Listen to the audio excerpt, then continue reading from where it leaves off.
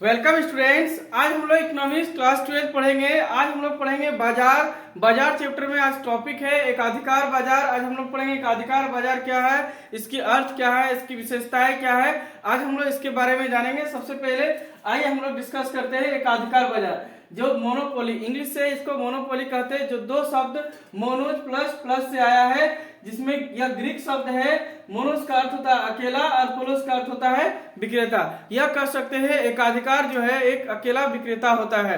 अब आइए देखते हैं इसका डेफिनेशन लिखे हैं।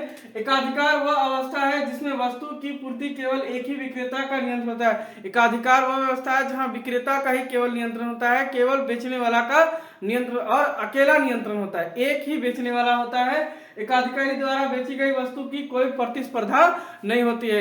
एकाधिकार का कोई भी प्रतिस्पर्धा नहीं होता, मतलब वो व्यक्ति या वो बाजार, वो फर्म जो केवल अकेले हो, ना कोई बेचने वाला हो, वो स्वयं विक्रेता हो, खरीदने वाले लोग बहुत सारे हो लेकिन बेचने वाला कितना हो, केवल एक हो, ऐसी बाजार को हम लोग एकाधिकारी बाजार कहते हैं। ऐसा उदाहरण भारत में देखा जा सकता है। भारतीय रेलवे केवल एक ही कंपनी है जो ट्रेन चलाती है, जिसका नाम है भारतीय रेलवे। तो इसको हम लोग एकाधिकार बाजार कर सकते हैं। तो एकाधिकार बाजार जहां केवल एक आदमी बेचने वाला, केवल एक आदमी बेचने वाला हो, खरीदने वाला बहुत सारा हो, उसे हम लोग एकाधिकार बाजार कहते हैं। एकाधिकार बाजार का सबसे अच्छा उदाहरण जो है वो है भारतीय रेलवे। आप देख सकते हैं भारत में केवल एक ही कंपनी ट्रेन चलाती है, Indian railway. Indian railway company है जो केंद्र सरकार द्वारा संचालित होती है और केवल एक ही है, इसके अलावा कोई कंपनी ट्रेन नहीं चलाती है ना। तो उसका कोई है ही नहीं कंपटीशन में। ऐसा होता है कि रिलायंस वाला ट्रेन चलाता और टाटा वाला ट्रेन चलाता, तो अलग अलग हम जानते हैं, टाटा का ट्रेन में चढ़ेंगे, रिलायंस का क्यों चढ़ेंगे, ऐसा होता है। लेकिन नहीं, एक ही होता है और वो एक फर्म है जो कि पूरे भारत में वो अपना व्यापार को चलाती है। जो बिजनेस है रेलवे का वो पूरे इंडिया में करती है। तो इसी तरह एकाधिकार व्यवस्था है जिसमें पूर्ति केवल एक ही विक्रेता, केवल एक आदमी जो इंडियन रेलवे में है वही सब कुछ संभालता है। तो एकाधिकार का मतलब है एक व्यक्ति का ही अधिकार, केवल एक व्यक्ति का अधिकार है या एक व्यक्ति के नियंत्रण में वो व्यवसाय है और वही चलाता है। ऐसे बाजार को हम लोग एकाधिकार बाजार कहते हैं। अब एकाधिकार बाजार बनता क्यों है ना, ऐसा कौन सा स्थिति है जो एकाधिकार बाजार को उत्पन्न कर देती है। तो हम लोग जानते हैं कि कौन सा स्थिति है जहां से एकाधिकार उत्पन्न कर देती है। सबसे पहला है प्राकृतिक तत्व। कई बार ऐसी होती है प्राकृतिक कारणों से भी एकाधिकार उत्पन्न हो जाता है। जैसे कि कोई विशेष भौगोलिक क्षेत्र पर वस्तु मिलती हो तो उसका नियंत्रण उसी का हो जाता है। जैसे मान लो मेरा ये घर है, यहाँ पर डायमंड निकला और कहीं मान लो कोई ऐसा धातु निकला जो सिर्फ मेरे पास है और कहीं नहीं है, तो मेरा इसमें एकाधिकार हो जाता है। जैसे एग्जाम्पल लिखे कोई कंपनी का नाम, जैसे यूरेनियम जो है केवल झारखंड में पाया जाता है, यूरेनियम केवल झारखंड में पाया जाता है, तो इस तरह से झारखंड का उसमें एकाधिकार होगा। अगर जिससे भी खरीदना होगा वो काफी महंगा रेट में बेच सकता है, जैसा भी उसका मर्जी चलेगा। लेकिन अगर प्राकृतिक के क्षेत्र में देखा जाए तो कोयला जो है जमीन के नीचे निकलती है, तो भारत में एक ही कंपनी है कोल लिमिटेड, उसी के अंदर ढेर सारा कंपनी है लेकिन है मेन वही, तो उसका भी एकाधिकार चलता है। तो इस तरह से प्राकृतिक तत्व के कारण भी एकाधिकार हो सकता है। सेकेंड है वैधानिक तत्व। वैधानिक का मतलब होता है कानूनिक तत्व, है ना। कानून के आधार पर इस तरह की वस्तु का कोई एक फर्म ही उत्पादन कर सकती है, कानून के आधार पर कि नहीं इसका कोई ज्यादा खिलवाड़ कर सकता है या कोई सरकार कोई सख्त कानून बना देगी कि इसके अलावा इसको कोई भी बना नहीं सकता है। जैसे कुछ विस्फोटक पदार्थ होता है, डीआरडीओ है भारत में एक कंपनी है या सोचिए संस्था है जो कि सेना लोग के लिए उत्पाद बनाती है, अलग अलग बंदूक, पिस्तौल, बम वगैरह वगैरह बनाती है। तो इस तरह का वैधानिक तत्व आपको बनाने के लिए नहीं कहा जाता, तो उसमें भी एकाधिकार हो सकता है कि कोई एक ऐसा कंपनी है जो केवल वही परमाणु बना सकती है और कोई नहीं बना सकता भारत में, तो उसका एकाधिकार होगा, है ना। जो और अगर उसके अलावा आप करिएगा तो गैर संवैधानिक हो जाएगा। इसीलिए कई बार वैधानिक तत्व भी होता है। और होता है सामाजिक तत्व। सामाजिक तत्व कई बार सामाजिक हित के लिए वस्तु का एक उत्पादक सरकार के द्वारा होती है, कई बार समाज का हित के लिए।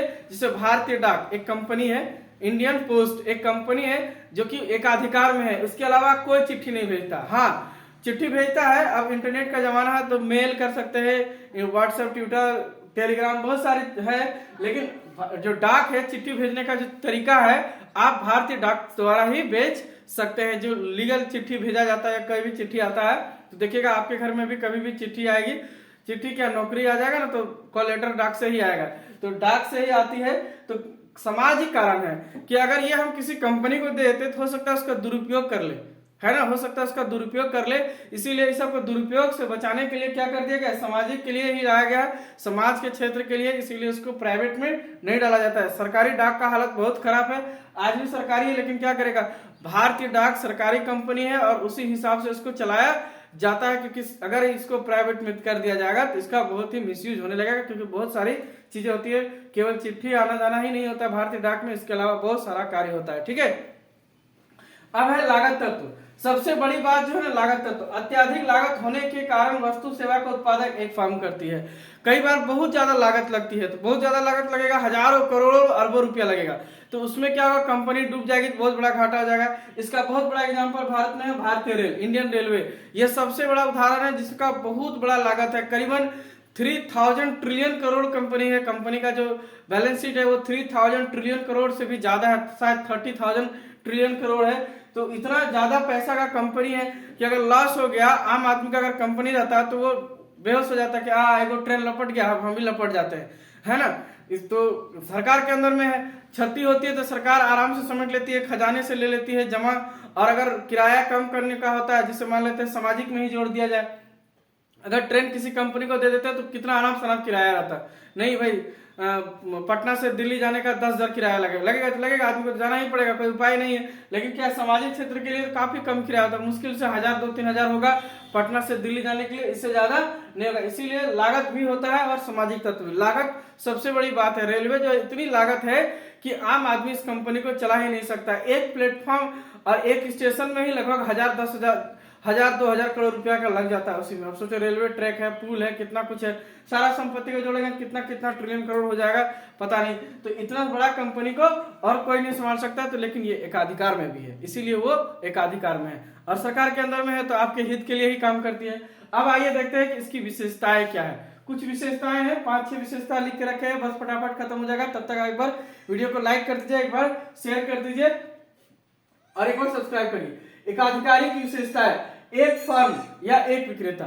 एकाधिकार का सबसे बड़ा विशेषता है कि इसमें एक विक्रेता होता है या तो एक फर्म होता है। बाजार में केवल एक विक्रेता होता है, दूसरा कोई प्रतियोगी नहीं होता, केवल अकेले सामान बेचेगा, उसके अलावा उसको सामान को कोई नहीं बेच सकता। जैसे इंडियन रेलवे ट्रेन केवल भारतीय रेलवे चलाती है, इसके अलावा कोई नहीं चलाती।